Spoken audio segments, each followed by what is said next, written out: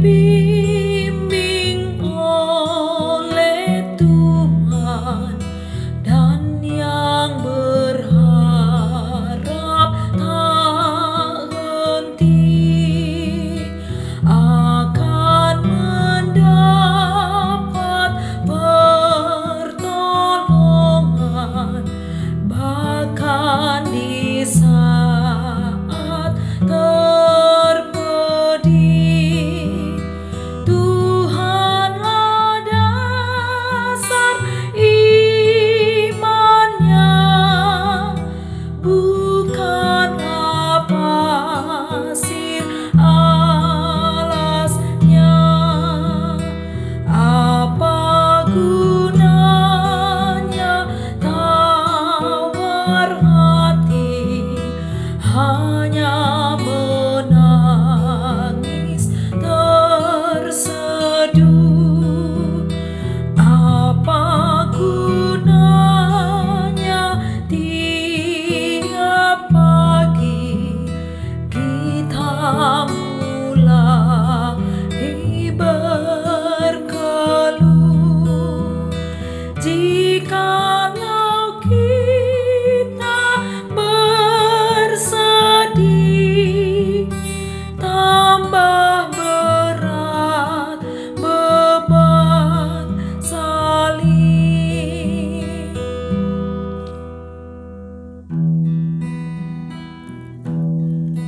Kasih karunia dan damai sejahtera dari Allah Bapa kita dan dari Tuhan Yesus Kristus menyertai kamu.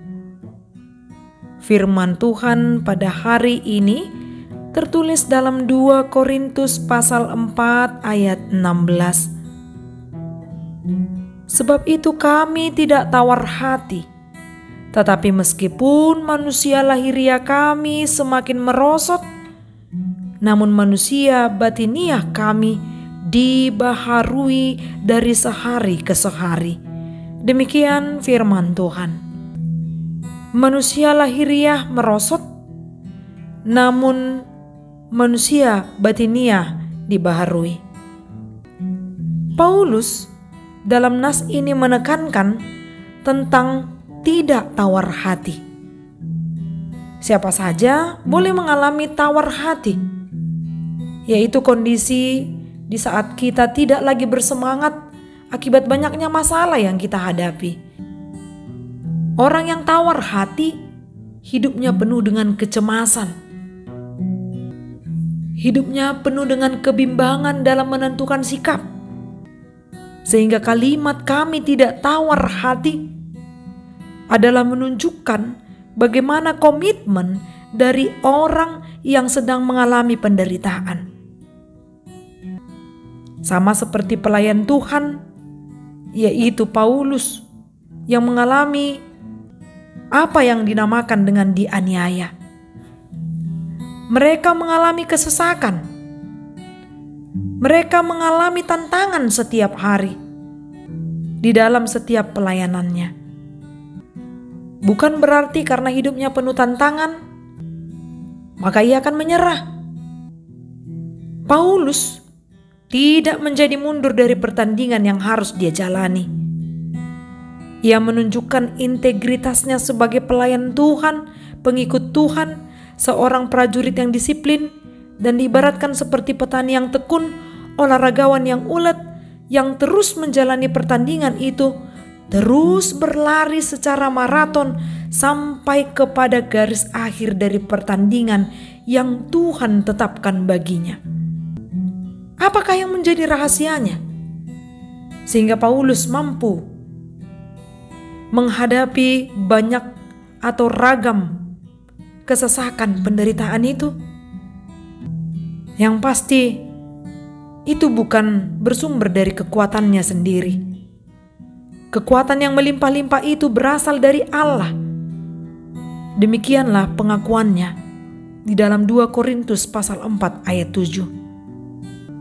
Paulus mengakui bahwa manusia jasmaninya semakin merosot, manusia lahiriahnya semakin hari semakin menurun, namun manusia batiniah semakin dibaharui dari hari ke hari. Tubuh fisiknya Paulus sama seperti bejana tanah liat yang semakin merosot dan mengalami kemerosotan. Beberapa dari pergumulannya ia mengalami kelaparan, sering kurang istirahat, kurang tidur, sakit berkali-kali, dianiaya secara fisik, didera. Namun ia tidak menyerah. Semuanya itu ia lalui secara fisik.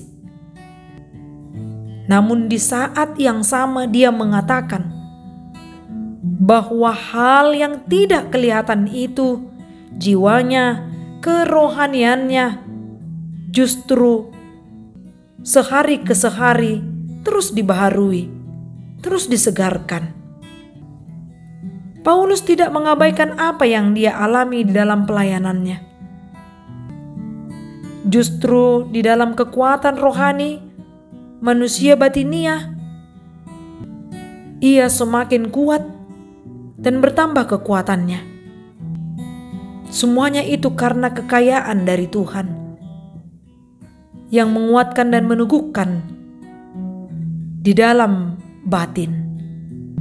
Maka ketahuilah saudara-saudari yang terkasih, kelemahan apapun yang ada pada kita atau kekurangan apapun itu, baik itu keterbatasan, namun bagi Tuhan, Ia akan memberikan kekuatan kepada kita di dalam setiap kelemahan, siksaan, kesukaran, penganiayaan, kesesakan oleh karena Kristus. Secara pengakuan Paulus mengatakan, "Aku lemah, maka aku kuat." Berjuanglah terus. Jangan tawar hati.